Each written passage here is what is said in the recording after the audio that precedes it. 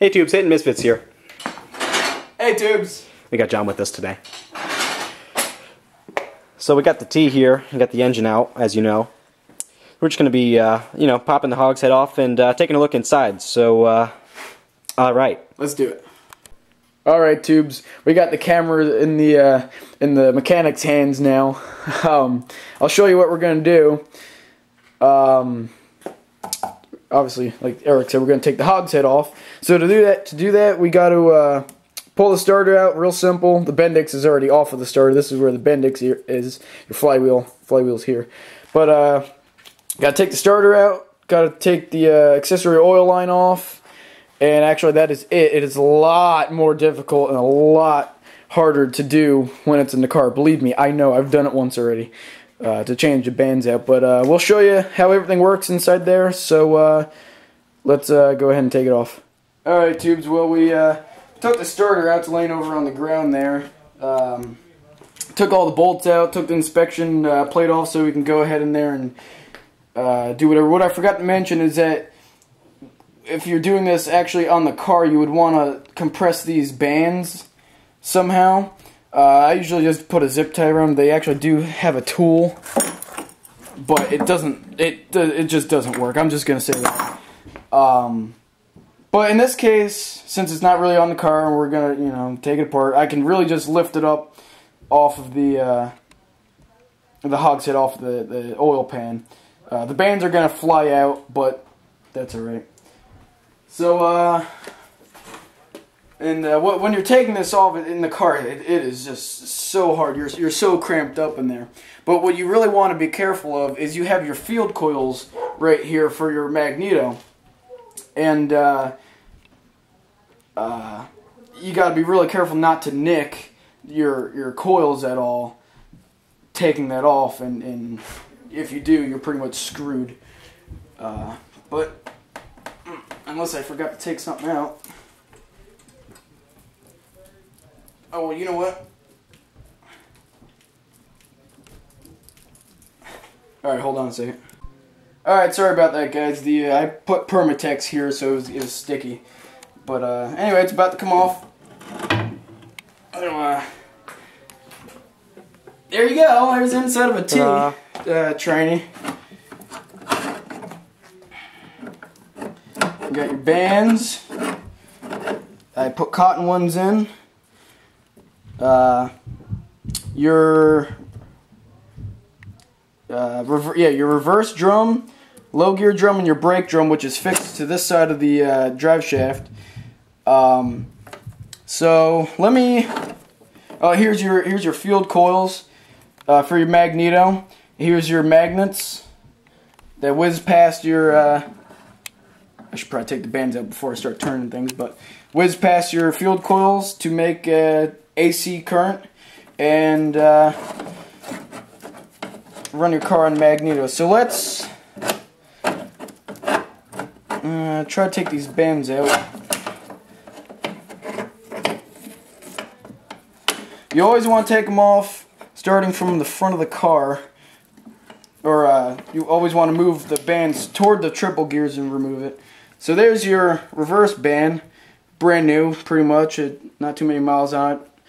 Yeah, what you do is you get the lining and you can rivet it yourself to the band. That's how you reline your band. So that's your reverse. Make sure I don't get them done mixed up. So then your reverse, because you're not able to take them out here because there's not enough room between the drums and your oil pan. So you want to push the bands toward the flywheel. Jiggle them out. This one's used the most. This is low gear band and it looks beautiful. Anyway, who cares about that? And then your brake band. And if these bands aren't round, then you're gonna have really odd wear on your. Like that one's not. Not the roundest, but I forget the tactic onto making these round. It's not that bad. It really isn't that hard. But, so let me go. Oh, this is your fourth main bearing. You can actually take that out, but I'm not going to. Your triple gears, here's your infamous triple gears. Actually, I can turn the motor from back here. Wow, that spins easy. But I'm not going to be able to really demonstrate this, but Planetary Gears, it's confusing to me.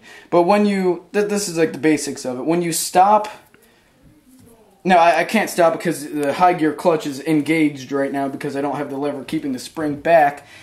But when you stop the reverse drum from turning, instead of the power going from the engine to turning the drum, it transfers it through the shaft in a reverse manner because of the way the gearing is, because this is your reverse drum, and it puts your car in reverse. Low gear has low gears so you can start out from a stop. So when you stop the low gear drum from turning, it transmits the power from the engine to the drive shaft and makes your car go in low gear.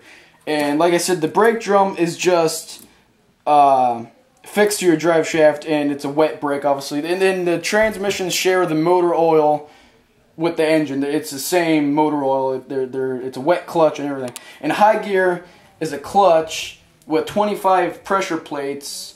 The original ones are steel, that when you let the pedal off for high gear, this spring here compresses all those plates, and it puts you in a 1-to-1 ratio from the engine to the torque tube, and then to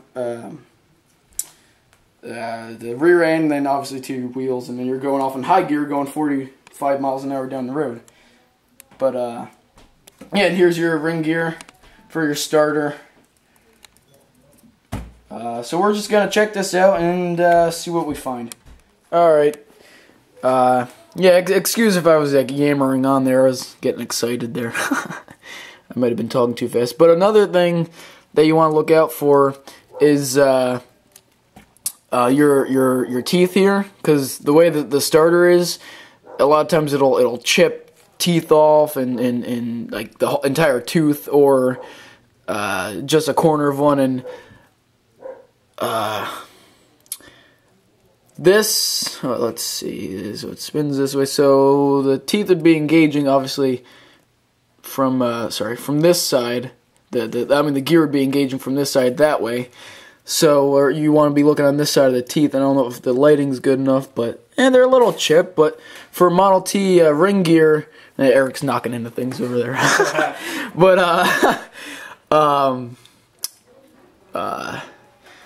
you know, for what they can do, it looks pretty good. I know I'm moving it fast, but I'm not going to show you each and every individual dang tooth. And another interesting thing, the magnets find the coils every time you spin the engine like that. You feel special. I do. You feel special. But yeah, look, I mean, the magnets don't seem too strong. I mean, it ran great on Magneto, like great on Magneto and everything. But look how they find themselves. See? Click, click, click. It's like a the heck is that called? The I don't know. The pinwheel, what makes funny noises. Don't even ask. Don't even ask. But here, shine the light over here. I got one that plugs into the wall. God dang it! Good old drop light here, but you know, the more light, the better. Sort of see that. That's inside of the brake drum. You can sort of see one of the tabs for the. Oops, sorry. One of the tabs for the. Oh, come on, focus. Nope, not gonna focus. Yeah, well, inside that notch there, you can almost see one of the tabs for the high gear clutch. Debating on whether or not to go with an original clutch or a modern one that seems like they could wear out, because these are just steel on steel plates. The only negative thing about these clutches is that they have a lot of drag when it's cold, and they kind of chew up the inside of the brake drum. But it's almost a no-brainer. I mean, the thing lasted dang clutch in this. If I'm pretty sure they never replaced it. You usually don't have to. It lasted 100 years already. So why would this? Most likely, if I put another original clutch in this thing, it would last another 100 years. But people are like, oh, you want a free neutral, and you don't want to chew up your brake drum with the original clutch, and just to be safe, we're going to replace this spring no matter what. But they sell a couple, like 10%. Ooh, is that broken? No, maybe not. No, it's just maybe a line. Yeah. Oh, almost. Oh, don't move, Eric. It doesn't matter. You can't even see it. It almost looks like it's cracked there. I'll check that out off camera. But yeah, here's your fingers. And you see that bolt with the cotter pin going through it? That goes on the other side of that finger, and that's what pushes a pin that compresses your clutches. Clutch plates, 25 of them. But yeah, I don't know how long this video is going to be, but if I find anything, here's the this is one of the, see this coil has the insulation knocked off of it. That's why you want to pull the Bendix off of your starter shaft before you pull the starter out that way, because someone evidently didn't, and they nicked the big time nicked the insulation off the coil when they took the starter and the Bendix off. So I knew to do that. It wasn't me, but evidently someone didn't know that. That's another reason I guess we're rebuilding this. I mean, the magneto worked fine, but eventually that's gonna go. But yeah, if we find anything else, we'll you know, bring you guys back. All right, we're just doing a little experiment here. Got my old Radio City. I think it's a tube tester, and I just put the leads in some sort of adjustment. The heck was that? It's my phone. Oh, sorry. Scared me. I'm sorry, I forgot to turn off my phone. Really. Everyone. That's but my bad. I got it hooked up to some sort of setting here. I don't know. I just stuck it in the holes. But we're getting a reading. I'm turning the flywheel over, and I have the negative on ground and the positive on the magneto post, and you know, spinning over, and obviously we're getting juice. I know the thing ran off of magneto pretty good. So no, just an experiment. Oh, and try not to make this video too long, but how the heck am I going to do this? Anyway, you got a little bit of. This one's probably the worst sideways. I mean, it has some thrust play, but that's alright, I guess. But it has a little bit of back and forth. I don't know if you can see that. Or maybe a lot of back and forth. And then this is probably the second best one. I don't know if you can see that. But then this is probably the best one. Or maybe not. I don't know. They're all probably about the same slop-wise. So they're going to need new bushings. But anyway, we'll get back to you.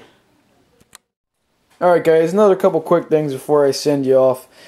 I'm not quite sure. It almost looks like this was never touched. I'm trying to find some signs that that this was touched, and the safety wire, it's supposed to be wrapped around the bolt so that it pulls it tight, and that's not really the right way to do it. See how it's pulling it loose. So, I don't know if they did that from the factory or some yo-yo just didn't put it back together right, the safety wire. And, I don't know, tell me what you guys think, if you think this was gone through already. I mean, it has the original coils, it sure looks like original and pretty much everything. But everything looks to be in good shape. I guess that knock was just the wrist pin. Still haven't measured anything, but these almost look new. These like magnet spacers, they're made of a non-ferrous metal, but I don't know if you can see that. But they still look nice and white and clean. Not too much oil residue on them. But then again, this side of them has a little bit of magnet residue or magnet residue, you know, oil residue. But yeah, I don't know. I don't think it was gone through, but I can't see any signs that that definitely was or wasn't. But it looks pretty untouched to me. But anyway, it's enough of this for now. You know, you'll see HitandMissfits in another video, guys. Like, comment, subscribe. Bye, guys. See you later.